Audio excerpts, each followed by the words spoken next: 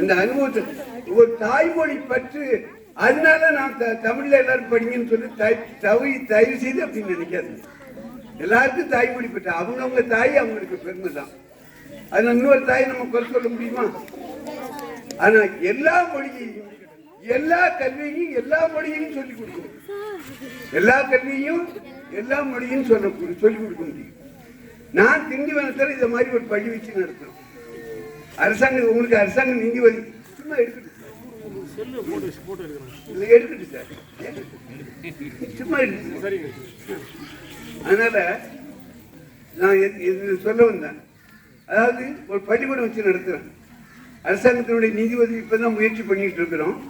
அந்த என்னைய பற்றி நம்ம சொல்றதுனாக்கா இதே விழுப்புரம் அரசு கலைக்கல்லூரியில தான் நான் அண்ணாமலையில எம்எஸ்சி முடித்த பின்பு முதல்ல, அதுக்கு முன்னாலே பல கல்லூரிகளில் வேலை பார்த்தேன். விடுமுறையில் அங்கே போய் லீவ் எடுத்துட்டு அங்கே போய் படிச்சுட்டு 1976 விழுப்புரம் அரசு கலைக்கல்லூரியில பணியில வந்து சேர்ந்தேன். அப்போ இங்க அமைச்சராக முன்னாள் அமைச்சராக இருந்த ஒரு பொன்முடி அவர் கூட நானும் அங்க வேலை பார்த்தேன். நானும் இங்க வேலை பார்த்தேன். இங்க நிறைய அங்க மாணவர்கள் எல்லாம் இங்க இருந்தாங்க. அங்க 5 வருஷம் இந்த விழுப்புரம் அரசு கலைக்கல்லூரியில் பணி செஞ்சோம்.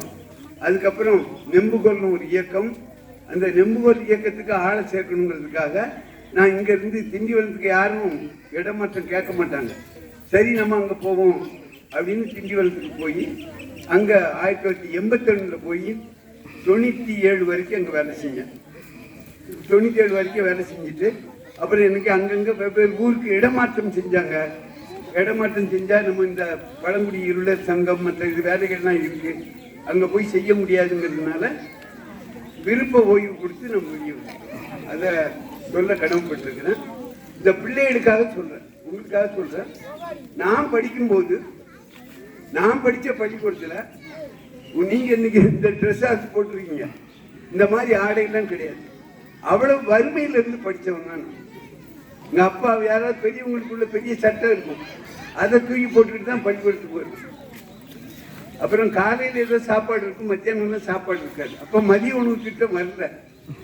அப்போ பட்டினி தான் மத்தியானம். எங்கள் டீச்சர் என்னைக்காவது பார்த்தாங்கன்னாக்கா அவங்க வச்சுருக்க சோறை சாப்பிட சொல்லி கட்டாயப்படுத்துவாங்க. நீ அப்படி சாப்பாட்டுக்கு இல்லாமல் படித்தவங்க. அப்புறம் கள்ளிக்கூடத்தில் அப்படி நடந்து போய் படித்தோம். அப்புறம் அங்கே ஒரு அரசு பள்ளி, ஒரு அது போர்டு ஹைஸ்கூல்னு சொல்லுவாங்க, சீமாட்டியம்மாள் முத்தம்மாள் இது இது முத்தம்மாள் போர்டு ஹைஸ்கூலுக்கு அது என்ன ஒரு வார்த்தை வரும். அந்த பள்ளியில் தான் 3 ஆண்டுகள். அதுக்கு முன்னால் அரசு உயர்நிலை பள்ளி, அரசு உதவி பெறும் பள்ளியில் படித்தேன். அங்கே படிச்சுட்டு தான் அதுக்கப்புறம் அங்கேருந்து ஒரு படிக்கிறதுக்காக மதுரைக்கு, அங்கே அக்கா மாப்பிள்ளை டிரைவராக இருந்தாங்க. ஹாஸ்டலில் தங்கி படிக்கிறதுக்கு வசதி கிடையாது, நல்லா கவனிச்சிங்க. அதனால அக்கா வீட்டில் இருந்துட்டு படிக்கலாம் அப்படிங்கிறதுக்காக மதுரையில் வந்து அமெரிக்கன் கல்லூரியில் 3 வருஷம் படிச்சுட்டு அதுக்கப்புறம் அது வாழ்க்கையில் வந்து எவ்வளவுக்கு எவ்வளோ வறுமையில் இருக்கணுமோ அவ்வளோ வறுமையில் இருக்க வந்தான்.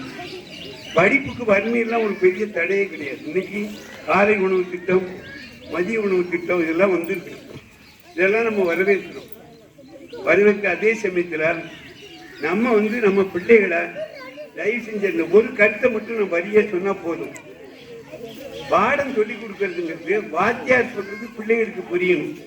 பிள்ளைகளுக்கு சந்தேகம் இருந்தா யாரை கேட்கணும்? வாத்தியாரை கேட்கணும் தானே. நீ உனக்கு ஒரு சந்தேகத்தை கேட்கணும்னா தமிழ்ல கேட்டா நல்லா இருக்குமா, இங்கிலீஷ்ல கேட்டா நல்லா இருக்குமா? தமிழ்ல தான் கேட்டோம். நான் இந்த சந்தேகத்தை உனக்கு விளக்கணும்னா எதுல சொன்னா உனக்கு எளிதா புரியும்? பாடம் என்பது கொள்கை. இயற்பியல் பாடம், ஆர்க்கிமிடிஸ் தத்துவம், அதுக்கப்புறம் நியூட்டன் விதிகள், அதெல்லாம் உங்களுக்கு இருக்கா என்னன்னு எனக்கு தெரியல. இப்படி பல பாடங்கள். இந்த பாடங்களை புரிஞ்சிக்கிறது தான் முக்கியம். இங்கிலீஷ் பேசினாக்கா நான் கூட சொல்லுவேன், அமெரிக்காவில் பிச்சை எடுக்கிறவனா இங்கிலீஷ் தான் பேசுறான், பைத்தியக்காரன்னா இங்கிலீஷ் தான் அங்கே பேசுவான், அவனா அறிவாளி ஆகிடுவானா? மொழி வேற, மொழி அறிவு வேணும், அதுங்கிறது வேற.